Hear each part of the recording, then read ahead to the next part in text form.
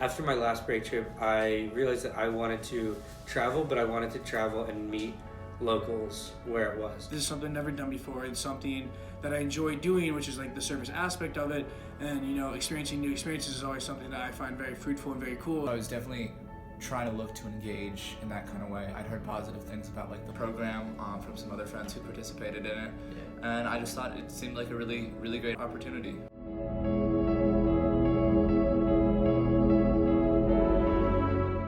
The purpose of the trip was to experience travel and go to a different part of the United States that I had never experienced, but still be able to hopefully get that better understanding of what is life like in this case, Tennessee. I was excited but apprehensive, much more than I thought I'd be, just because when we got out of the van, like everything was black. Like it was all pitch black, and there was only one light, and that was coming from the bonfire, which was like 100 feet away. And we can't see much. I'm trying to orient myself with like a light, and like I think I see the chicken coop right away, and I was like, okay. Like I get around the farm, and then like there's these planks of wood on the ground. I was like, okay.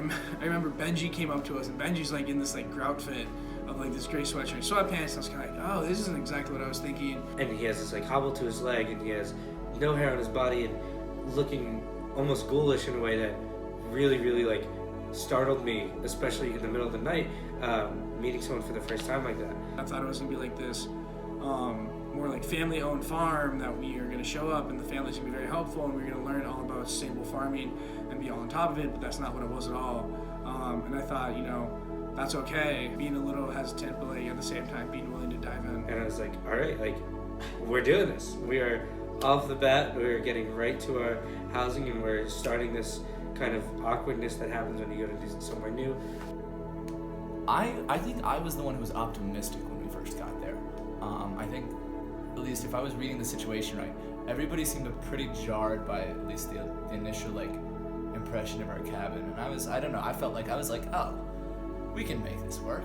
I was like, I'll go take the loft, and you guys can all sleep downstairs. Within the cabin itself, that's something like at least I got very used to, and like was understanding of like how makeshift cabins work, and like my grandparents lived on the farm, so like to the aspect of like understanding kind of what makeshift things look like, it felt very much like that. The farm was incredibly creative. Like you could tell that the people that worked on it were putting in their own like sweat into everything that they were making, and were making it, yes, because they like wanted to create an amazing product, but because they wanted to put their heart and soul into it.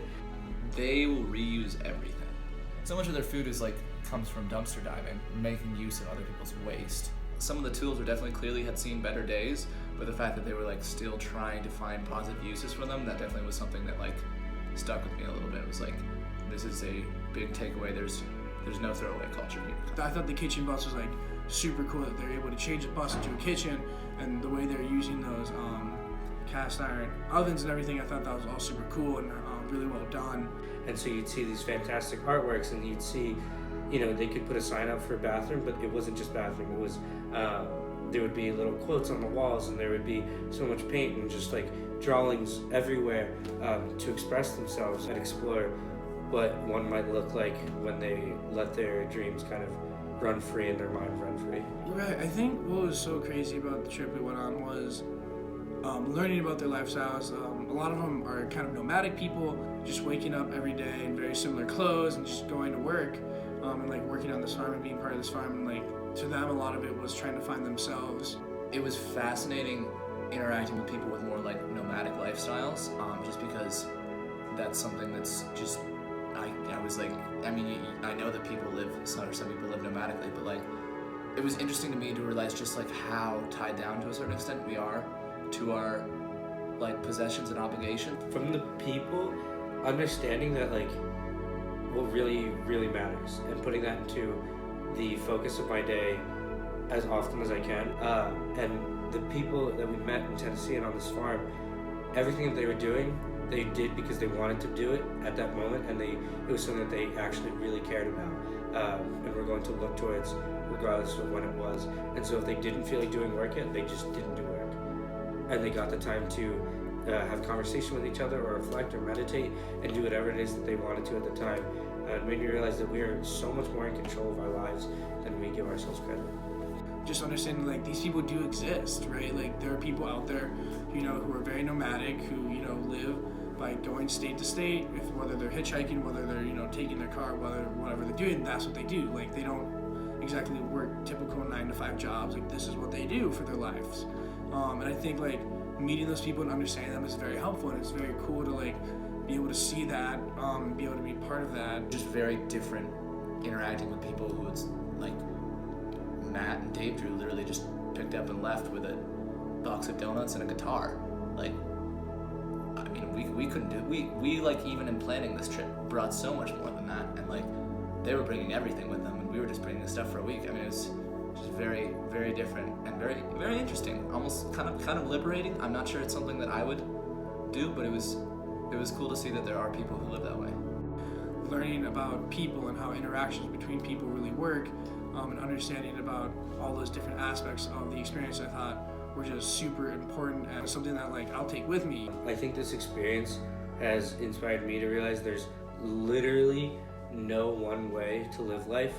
I'll take away with me a lot of what they're able to do, and a lot about their experiences that I thought were super cool, and about their way of living and how it could come to my way of living, and the fact of like should there be more spontaneity and open-mindedness in the way you look at certain things. Like they talked about the government, they talked about vaccines, they talked about everything, and like the fact that like they have a different viewpoint and be open-minded to like their understanding, just like they can be open-minded to our understanding, is always very helpful. Success purely comes from within, and I think that was something that I took away, was that if success to me looked like being happy and being very like simple within myself on, say, a farm in Lafayette, Tennessee, I had every right and then some to go chase that. And I think that's something that I hold still with me from that experience, is that if there's something that I genuinely want to pursue, regardless of who tells me what's plausible and what's not, it is completely within my right to chase it, and I owe it to myself to actually chase that down.